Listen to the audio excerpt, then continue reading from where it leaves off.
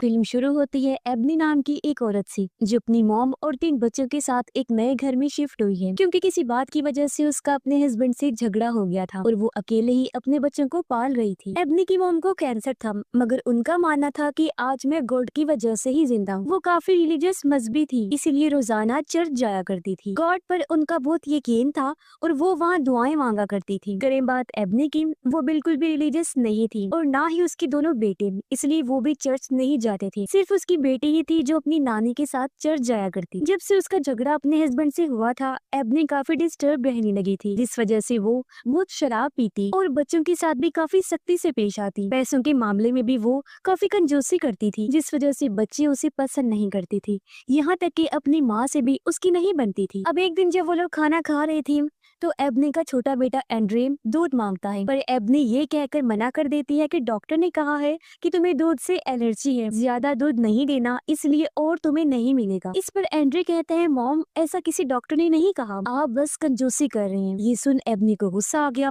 वो उसके मुंह पर थप्पड़ मारती है जिससे एंड्रे के मुंह से खून निकलने लगा। एबनी उसका मुंह साफ करती है और कहती है, ओह आई एम सॉरी बेटा, ज्यादा ही जोर से लग गई है। रात को एबनी की बेटी अपने डैड से शिकायत करती है, कहती है कि नए घर में आने के बाद भी मॉम वही सब हरकतें कर रही हैं। वो फिर से शराब पीने लगी हैं और हमारे साथ काफी बुरी तरह पेश आती हैं, यहाँ तक कि मारती भी हैं। वो ये बातें कर ही रही थी कि अचानक उसे स्मेल आने लगती है। उधर एबनी भी जब अपना काम कर रही थी तो उसे एक मक्खी परेशान करने लगती है। एबनी देखती है कि रूम में और भी कई सारी मक्खियाँ आ गई हैं जो बेसमेंट की तरफ से आ रही थी। एबनी जब बेसमेंट का दरवाजा खोलकर देखती है तो वहाँ से बहुत ही गंदी स्मेल आ रही थी। अब मक्खियों को कपड़े से बेसमेंट की तरफ करके एबनी दरवाजा बंद करके वहाँ से चली जाती। रात के 3 बजे एंड्रे की अचानक आंख खुल गई। उसे भूख लगी थी, इसलिए वो फ्रिज से दूध निकाल कर पीने लगता है, पर अचानक खिड़की पर जोर से आवाज होती है जिससे वो घबरा गया। एंड्रे जब बाहर जाकर देखते हैं तो वहाँ मरा हुआ कौवा पड़ा था जो ही खिड़की से टकराया था। अब अगले दिन जब ये तीनों बहन भाई स्कूल से वापिस आ रही थी तो कुछ लड़के एंड्रे के बड़े भाई को बुले करने लगे,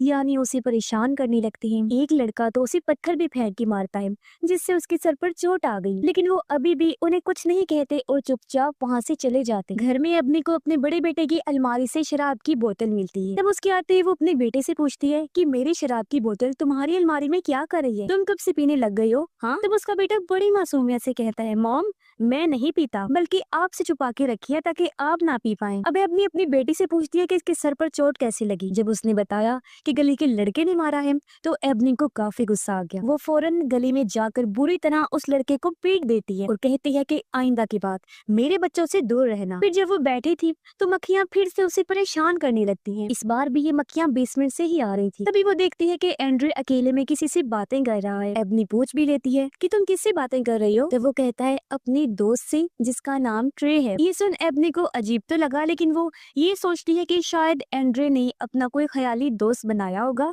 इसलिए वो इस बात को टाल देती है। रात में एंड्रे बेसमेंट में चला गया और एबनी को फिर से अजीब आवाज आने लगती है। वो नीचे चेक करने आई तो बेसमेंट का दरवाजा खुला हुआ था, जिसे जाते वक्त एंड्रे खुला छोड़कर गया होगा, तो वो दरवाजा बंद करके सोने चली जाती है। अगले दिन जब एबनी की मॉम अपना चेकअप करवाने हॉस्पिटल गई तो उन्हें पता चलता है कि उनके इलाज के लिए इंश्योरेंस वालों की तरफ से पैसे नहीं आ रही, बल्कि एबनी उन्हें बिना बताए उनके इलाज के लिए पैसे भर रही है। ये जानकर अब उसकी मॉम को समझ आती है कि आखिर क्यों एबनी इतनी कंजूसी करती है। रात को एबनी का बेटा देखता है कि आज वो फिर खूब शराब पीकर आई है, जिस वजह से उसे काफी बुरा लगा। एबनी के आते ही उसकी मॉम कहती है, मुझे पता चला है कि मेरे इलाज के पैसे तुम भर रही हो, मुझे समझ नहीं आ रही बेटी, मैं तुम्हें क्या कहूँ, कैसी शुक्रिया अदा करूँ। इस पर एबनी कहती है, आपको कुछ भी कहने की जरूरत नहीं है मॉम, ये मेरा फर्ज है। इतना बोलकर वो सोने के लिए चली जाती है। तभी उसे एक डरावना सपना आया कि कोई आदमी उसके कमरे में घुस आया है। अचानक डर से एबनी की आंख खुल गई। तभी वो देखती है कि दरवाजा खुला हुआ है जो अचानक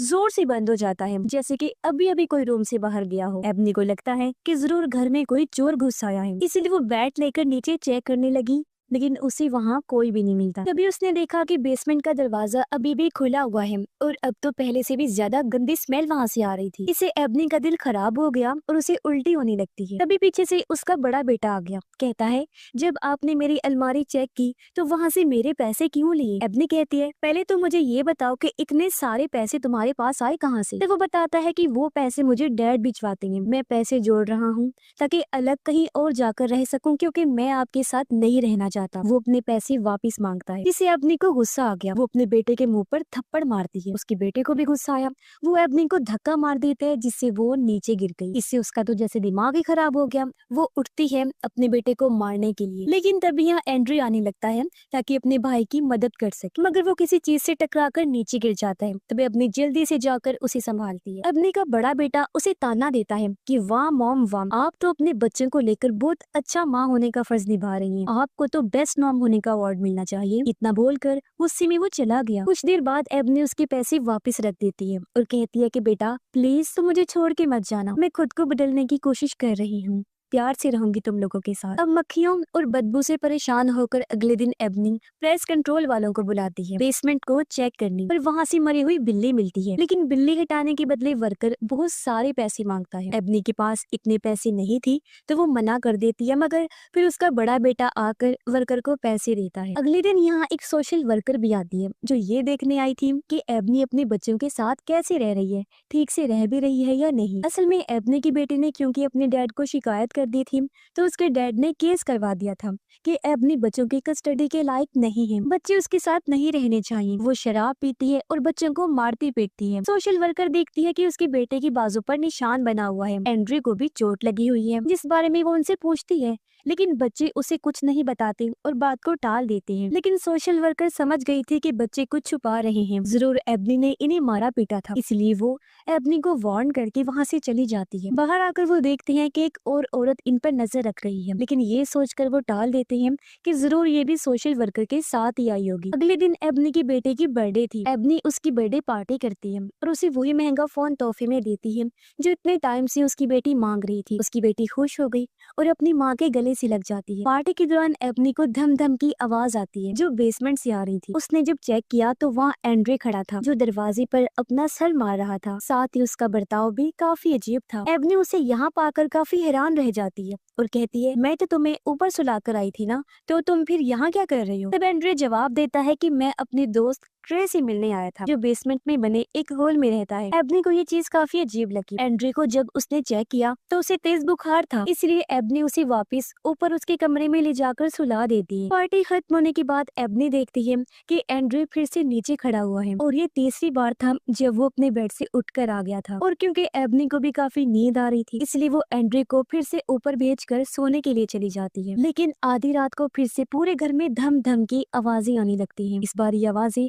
सभी को सुनाई दे रही थी। एबनी चिल्लाकर बच्चों को कहती है कि शोर मत करो, चुप करके सो जाओ, लेकिन जब फिर भी आवाजें नहीं रुकती तो एबनी को गुस्सा आ गया। वो बच्चों के पास जाती है चेक करने और हम बच्चों की चीखों की आवाजें सुन पाते। ये आवाजें सुनकर एबनी की मॉम भी वहाँ आ गई जो देखती है कि बच्चे डरे सहमे दीवार के साथ बैठे हुए हैं और उनके सामने अजीब हालत में एबनी बैठी हुई थी। सारे सूरत हाल देखकर एबनी की मॉम को काफी अजीब लगा। वो बच्चों से पूछती है कि यहाँ क्या हो रहा है। तो बच्चे कहते हैं कि मॉम हमें दीवार के साथ पटाखे मार रही थी। इस पर एबनी रोते हुए कहती है कि नहीं मॉम, मैंने कुछ भी नहीं किया ऐसा। अब कल तो हबी हो जाती है क्योंकि तीनों बच्चे स्कूल जाकर अजीबोगरीब हरकतें करने लगते हैं। एंड्री तो क्लास के दौरान टॉयलेट ही कर देता है। ना सिर्फ ये बल्कि वो उसे खाने भी लगा और जब टीचर ने उसे ऐसा करने से मना किया तो वही चीज वो टीचर की तरफ भी फेंक के मारता है। उसकी बहन भी अपने टीचर को जाकर कहती है कि मेरे जिस्म से खून आ रहा है, यानी उसे फीमेल्स वाला मसला हो गया था। एबनी का बड़ा बेटा जब क्लास में था तो एक लेक्चर के दौरान वो जोर जोर से हंसने लगता है। टीचर भी उसे रोकने आई लेकिन उसकी हंसी तो रुकने का नाम ही नहीं ले रही। ऐसी हालत में वो जमीन पर बैठकर और ज्यादा हंसने लगता है। इसके बाद तीनों बच्चों का चेकअप करवाने के लिए उन्हें हॉस्पिटल ले जाया जाता है। दिमागी टेस्ट के दौरान जब एंड्रे को एक कौवे की तस्वीर दिखाई जाती है तो वो उसे ट्रे कहकर बुलाता है। तीनों बच्चों के टेस्ट करने के बाद डॉक्टर एबनी को बताती है कि रिपोर्ट्स बिल्कुल नॉर्मल आई हैं और बच्चे बिल्कुल ठीक। ये सुन एबनी डॉक्टर से बहस करने लगी। कहती है कि मेरे बेटे ने टॉयलेट करके वो सब किया, ये कोई नॉर्मल बात नहीं है, जरूर आपसे कोई गलती हुई है, आप दोबारा टेस्ट करिए। इस पर डॉक्टर को गुस्सा आ गया। वो उल्टा एबनी से ही सवाल करने लगी कि बच्चों के जिस्म पर चोटों के निशान हैं, आप पहले ये बताएं कि वो कैसे हुए। इस पर एबनी कोई जवाब नहीं देती और चुपचाप वहाँ से चली जाती। बाहर आकर एबनी की मॉम उसे कहती है कि तुम खामखा डॉक्टर से बहस कर रही थी, वो ठीक कह रही है कि रिपोर्ट्स नॉर्मल हैं और बच्चे ठीक है, क्योंकि मेरे हिसाब से बच्चों के साथ कुछ और ही हुआ है, कोई पैरानॉर्मल चीज। मतलब कि मुझे लगता है कि घर में कोई बुरी आत्मा है और वो ही ये सब कर रही है। घर आने के बाद एबनी की मॉम दीवार पर एक क्रॉस लगा देती है तब एबनी कहती है, मॉम ये सब फजूल की चीजें हैं, इनसे कुछ भी नहीं होता। फिर जब एबनी एंड्री को नहलाने जाती है तो उसने देखा कि मेरे बड़े बेटे ने एंड्री को जोर से पकड़ा हुआ है और वो उसे बाथ टब में डुबोकर मारने की कोशिश कर रहा है। एबनी फौरन भाग आई, एंड्री को छुड़वाने की कोशिश करती है, लेकिन उसने बहुत जोर से पकड़ा हुआ था। अब एबनी अपनी पूरी ताकत लगाकर अपने बड़े बेटे को दूर खींच लेती है और इस तरह एंड्री की जान बच जाती है। तब यहाँ एबनी की मॉम भी आ गई और एबनी का बड़ा बेटा अपनी नानी के गले से लगकर रोने लगा। कहता है, पता नहीं मैं ये क्यों कर रहा था, ऐसा लग रहा था जैसे मुझसे कोई और करवा रहा था। अब बच्चों के साथ इस तरह की अजीब चीजों की वजह से कुछ दिन तक एबनी उन्हें स्कूल नहीं भेजी। इस बारे में सोशल वर्कर को भी पता चल गया, इसलिए अगले दिन वो बच्चों को देखने आती है, लेकिन एबनी उसे बच्चों से मिलने नहीं देती और उसे समझाने की कोशिश करती है कि मेरे बच्चों के साथ बहुत अजीब चीजें हो रही हैं। तभी एबनी की मॉम बहुत गुस्से में बैट लेकर यहाँ आ जाती है और वो सोशल वर्कर को अपने घर से धक्के मारकर निकाल देती है। बाहर वही अजीब औरत फिर से आई हुई जो उनकी तस्वीरें ले रही होती है। तब एबनी की मॉम उसे भी गालियां देकर वहाँ से भगा देती है। इसके बाद एबनी की मॉम अपने चर्च वालों के पास मदद मांगने के लिए जाती है। उन्होंने बताया कि हमारे घर में कोई बुरी आत्मा है, तो आप हमारी मदद कीजिए। पर चर्च वालों ने मना कर दिया कि हम आपकी कोई मदद नहीं कर सकते इस मामले में, आप किसी और से जाकर मदद मांगे। उधर एबनी से मिलने वही अनजान औरत आती है जिसे ये सोशल वर्कर की ही साथी समझ रहे, लेकिन वो कोई और ही थी। वो एबनी को बताती है कि मैं जानती हूँ तुम परेशान हो, तुम्हारे साथ अजीब चीजें हो रही हैं क्योंकि तुम्हारा घर भूतिया है, तुम मुसीबत में हो और मुझे तुम्हारी मदद करने के लिए गॉड ने भेजा है क्योंकि मैं एक प्रीस्ट हूँ। फिर वो एबनी को इस घर की तारीख के बारे में बताती है और उसे एक फैमिली की तस्वीर दिखाकर कहती है कि 20 साल पहले इस घर में एक फैमिली रहा करती थी और उनके छोटे बेटे के साथ भी वही सब हुआ था जो अब आपके बेटे एंड्रे के साथ हो रहा है। उन्होंने हर तरह से अपने बेटे का इलाज करवाया था, लेकिन उसे जरा सा भी फर्क नहीं पड़ा था। तब जाकर उन लोगों ने मुझसे बात की मदद मांगी। ये सुनकर एबनी कहती है, फिर आपने उस बच्चे का एग्जॉर्सिज्म किया होगा, यानी उस आत्मा को बच्चे के अंदर बुलाकर उसे भगाना। तब प्रीस्ट कहती है कि नहीं, मैं कोई एग्जॉर्सिस्ट नहीं हूँ जो एग्जॉर्सिज्म करती, बल्कि मैं तो एक प्रीस्ट हूँ और मैंने तब उस पर डिलीवरेंस किया था जो एग्जॉर्सिज्म से अलग होता है। इसमें उस बुरी आत्मा को भगाने के लिए हमें किसी के अंदर बुलाना नहीं पड़ता, बल्कि सिर्फ किसी होली चीज जैसे कि होली वाटर, इसी तरह की कोई और पाक साफ चीज से उस बुरी आत्मा को छूकर भगाया जाता है। यानी जिस पर हमें शक हो कि इसके अंदर आत्मा है, जैसे कि इस टाइम तुम्हारे बेटे एंड्रे के अंदर लग रहा है। आगे प्रीस्ट बताती है, मगर उस टाइम मैं डिलीवरेंस करने में कामयाब नहीं रही थी, वो फेल हो गया था, जिस वजह से मैं उनके बच्चे को नहीं बचा पाई, वो मर गया। लेकिन बच्चे की मौत के बाद भी सब वैसा ही रहा। कुछ टाइम बाद उस बच्चे की मॉम को पता नहीं क्या हुआ, आधी रात को उसने अपने सोए हुए हस्बैंड को मार डाला, कुल्हाड़ी से उसका सर काट कर। फिर उसने अपनी बेटी को भी मार दिया और आखिर में अपनी भी जान ली। अब एबनी उस फैमिली के बच्चे का नाम पूछती है जिसकी सबसे पहले मौत हुई थी। तो प्रीस्ट बताती है कि उसका नाम ट्रे था। ये सुन एबनी चौंक जाती है। वो प्रीस्ट को बताती है कि एंड्रे ने अपना एक ख्याली दोस्त बनाया हुआ है जिसका नाम भी उसने मुझे ट्रे ही बताया था। प्रीस्ट कहती है वो कोई दोस्त नहीं है, दुश्मन है, क्योंकि वो एक शैतान है जो बच्चों के सामने बच्चों के ही रूप में आता है ताकि वो उन्हें धोखा दे सके, और वो ऐसे करते करते तुम्हारे बेटे को ले जाएगा। अब ये सुनकर एबनी को गुस्सा आ गया, क्योंकि वो गॉड पर तो यकीन रखती नहीं, शैतान पर क्या रखती। इसलिए वो प्रीस्ट को कहती है ये क्या बकवास लगा रखी है और उसे और भी खरी खोटी सुनाकर वहाँ से जाने लगती है। पर जाते जाते प्रीस्ट जबरदस्ती उसे अपना एड्रेस देते हुए कहती है कि रख लो, तुम्हें इसकी जरूरत लाजमी पड़ेगी, तुम आओगी मेरे पास देखना। उधर घर में एबनी की मॉम को एक शैतानी आवाज सुनाई देती है जो उनका नाम पुकार रही थी। वो काफी घबरा गई और जल्दी से होली किताब लेने जाती है, मगर वापस आने पर घर के सारे डीमंस उन पर हमला करके उन्हें जान से मार डालती हैं। एबनी जब घर आई तो देखती है कि दीवार पर लगा हुआ क्रॉस जल रहा था, जिससे पूरा धुआं घर में फैल रहा था। और जब वो आग बुझाने जाती है तो अपनी मॉम की लाश को पड़ा हुआ देखती है, जिससे वो बहुत ज्यादा घबरा गई, रोने लगती है। तभी सीढ़ियों से एंड्रे उतर कर आया और ऊपर से दोनों बच्चों के चिल्लाने की आवाज आई, इसलिए फौरन एबनी बच्चों को लेकर वहाँ से जाने लगती है। तभी रास्ते में एंड्रे का बर्ताव काफी बदल गया। वो एबनी को कहता है कि तुम्हारी माँ की मौत की जिम्मेदार तुम खुद ही हो, और एकदम से उसकी आंखें पूरी तरह काली पड़ जाती हैं। ये देख एबनी काफी डर गई और गाड़ी पर से उसका ध्यान हट गया। सामने से आ रहे ट्रक को वो देख नहीं पाती, पर इससे पहले ट्रक उससे टकराता है। ठीक टाइम पर वो गाड़ी को संभाल लेती। फिर एक जगह गाड़ी रोककर वो पास की होटल में जाती है मदद मांगने। वो उनसे रो रो कर कहती है कि कोई मेरे बच्चों को मारना चाहता है। जब वो लोग देखने गए तो सब कुछ बिल्कुल नॉर्मल था और बच्चे भी बिल्कुल ठीक बैठे हुए थे। ये देख कर उन लोगों को एबनी पर काफी गुस्सा आया और वो उसे ही पागल कहने लगते हैं। इसके बाद एबनी के दिमाग का टेस्ट किया जाता है। डॉक्टर उससे पूछती है क्या तुम अभी भी शराब पीती हो? लेकिन वो झूठ बोल देती है कि नहीं, मगर डॉक्टर ने उसका झूठ पकड़ लिया था क्योंकि उसका ड्रिंक वाला टेस्ट पॉजिटिव आ गया था। इसलिए बच्चों की कस्टडी एबनी से छीनकर एक चर्च को दे दी जाती है। बच्चों को उसके सामने ही ले जाया जाता है और वो कुछ नहीं कर पाती, बस देखती ही रही। इन सब की वजह से उसकी आंखों में आंसू थे और अब थक हार कर वो प्रीस्ट के पास जाती है उससे मदद मांगने के लिए। हॉस्पिटल में सोशल वर्कर एंड्रे को देखने आती है जिसकी हालत बिगड़ती जा रही थी। नर्स उसे बताती है कि एंड्रे काफी अजीब बर्ताव कर रहा है, पता नहीं कैसी आवाजें निकाल रहा था। कुछ देर पहले तो वो किसी और ही जुबान में बात कर रहा था। उधर प्रीस्ट एबनी को बताती है कि तुम्हारे घर में बहुत सारे डीमंस हैं और उन्हीं में से किसी एक ने तुम्हारे बेटे एंड्रे को पोजेस्ट कर लिया है, यानी कि अपने कंट्रोल में, और उसी के जरिए वो तुम्हारे बाकी दोनों बच्चों को भी कंट्रोल कर पा रहा है। वो तुम्हारे जैसे कमजोर लोगों को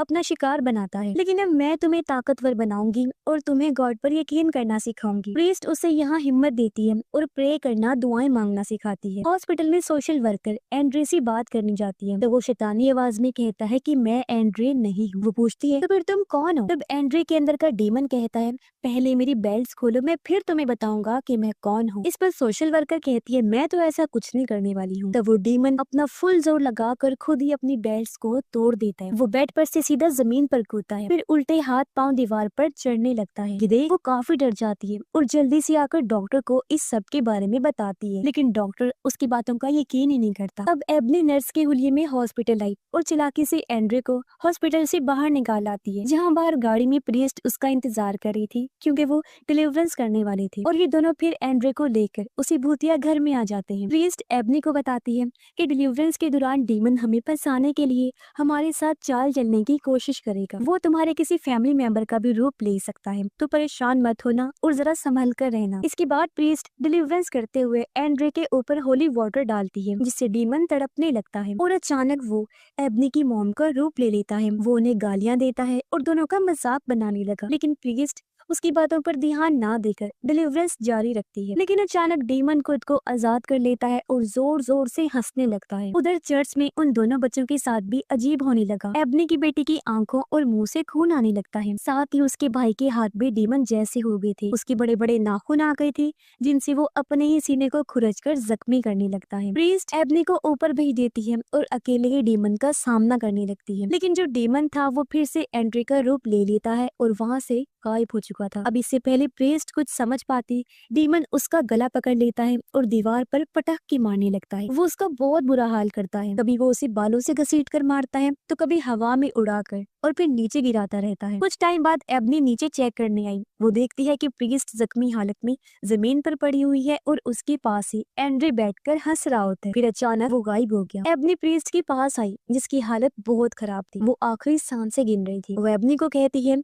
कि मैं फेल हो गई और उसे होली वाटर देते हुए कहती है कि अब ये काम तुम्हें ही करना होगा। इतना बोलकर वो अपना दम तोड़ देती है। इसके बाद अपनी एंड्रे को ढूंढने लगी। उसे तलाश करते हुए वो बेसमेंट में आ जाती है, लेकिन एंड्रे उसे कहीं नहीं मिलता। फिर अचानक वो उसके सामने आ गया। बिना टाइम गवाए एबनी उस पर होली वाटर डाल देती है, जिससे डीमन को तकलीफ होने लगी और वो गुस्से में आकर एबनी पर हमला कर देता है। वो उसे बालों से घसीटता है, फिर एबनी का ही रूप लेकर उसका गला घोंट कर मारने की कोशिश करता है, लेकिन अभी डीमन उसकी जान नहीं लेता क्योंकि वो उसे तड़पाने, तकलीफ देने के लिए टॉर्चर करता है। ऐसा करके वो उसे कमजोर कर रहा था और जब एबनी पूरी तरह से टूट जाती है तब वो एबनी को मारने के लिए आता है। वो पैर रख के उसका गला घोंटकर जान लेने की कोशिश करता है और एबनी मौत के काफी करीब आ गई, जहाँ तभी उसे ख्याल में अपनी मॉम दिखाई दी जो उसकी गॉड से बात करवाती है। ऐसा होते ही एबनी के अंदर अच्छी सोच और हिम्मत आती है और उसके अंदर की सारी बुराई निकल जाती है, जिससे वो काफी ताकतवर बन गई थी क्योंकि अब उसका भी गॉड पर भरोसा बन गया था। एक बार फिर वो डीमन पर डिलीवरेंस करती है, जिससे डीमन जलने लगता है और पूरी तरह जलकर खाक में बदल जाता है। ऐसा होते ही चर्च में एबनी की बेटी जो हवा में उड़ रही थी वो वापस बेड पर आ जाती है